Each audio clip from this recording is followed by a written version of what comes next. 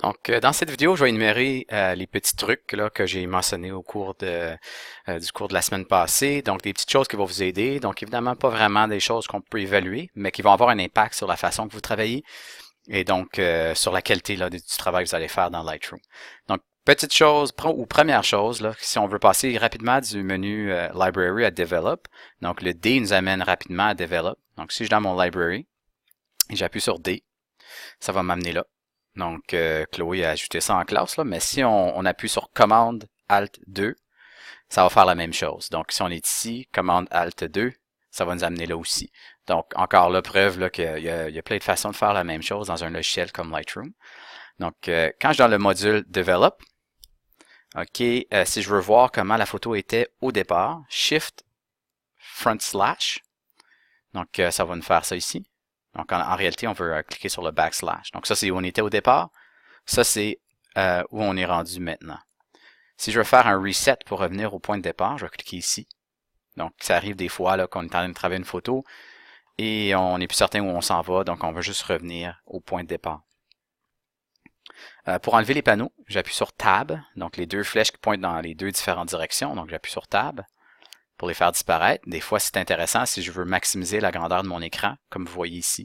Si je veux aller encore une étape de plus, j'appuie sur F pour Full Screen. Donc, Full Screen, là, je peux vraiment profiter de l'écran au complet, voir le maximum de mon image. Donc, j'appuie encore sur F et encore sur Tab. Ça me ramène comme ça. Une chose à considérer quand on va faire des éditions, surtout dans le cas des portraits, mais pas mal tout le temps, c'est de continuellement faire varier notre zoom. Donc, on va aller à Fit to Screen, donc on voit l'image au complet, à un zoom de 1 pour 1. C'est ici qu'on voit le zoom, là. Donc on est à 1 pour 1. C'est rare qu'on a besoin d'aller plus qu'un pour 1, mais il y a des fois qu'on va vouloir aller, par exemple, 2 pour 1, si on fait des choses vraiment là, précises. Mais plus que ça, quand on fait de la retouche de base, c'est pas nécessaire. Donc en temps normal, moi je vais rester entre 1 pour 1 et remplir l'écran. Donc là, je m'avance, je fais des ajustements, je m'éloigne.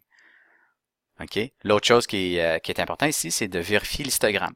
Donc l'histogramme, c'est une information importante lors de la prise de vue, mais aussi qui va nous aider lors du développement. Donc on peut prendre certaines décisions par rapport à l'information qu'on voit sur l'histogramme. Une des premières choses qu'on peut faire, c'est si on clique là et ici, donc les deux triangles, ça va nous indiquer quel endroit dans l'image a des pertes de détails dans les hautes lumières, et la même chose de l'autre côté. Donc là, je fais l'extrême pour vous montrer. Donc le petit triangle à gauche nous montre les endroits qui a vraiment une perte de détail au niveau des basses lumières. Et le triangle à droite fait l'inverse de ça. Je vais juste faire un reset pour activer ce mode-là rapidement avec le clavier. On appuie sur J.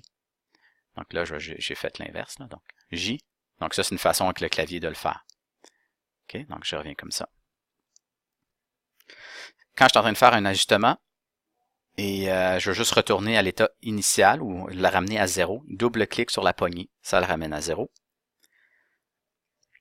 OK, si je veux faire des ajustements, justement là, quand je suis en mode plein écran, puis je suis en train de faire un ajustement sur le portrait comme ça, si je clique sur Exposure par exemple, et j'enlève tous mes réglages ici, avec le plus et le moins, je peux faire des ajustements au niveau du Exposure. Donc le plus et le moins sur le clavier. OK, je veux faire des sauts un peu plus grands, je peux appuyer sur Shift. Là, ça ferait des plus grands sauts. Ou Alt pour faire des vraiment petits sauts au niveau de l'ajustement Exposure.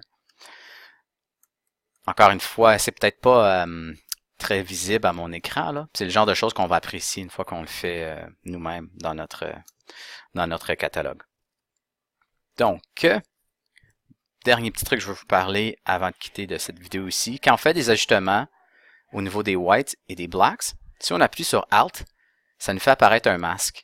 Donc, c'est une autre façon de voir là, quel endroit dans l'image il va y avoir des pertes de détails, par exemple dans les basses lumières ou dans les hautes lumières. Donc, une autre façon là, de faire ce travail-là.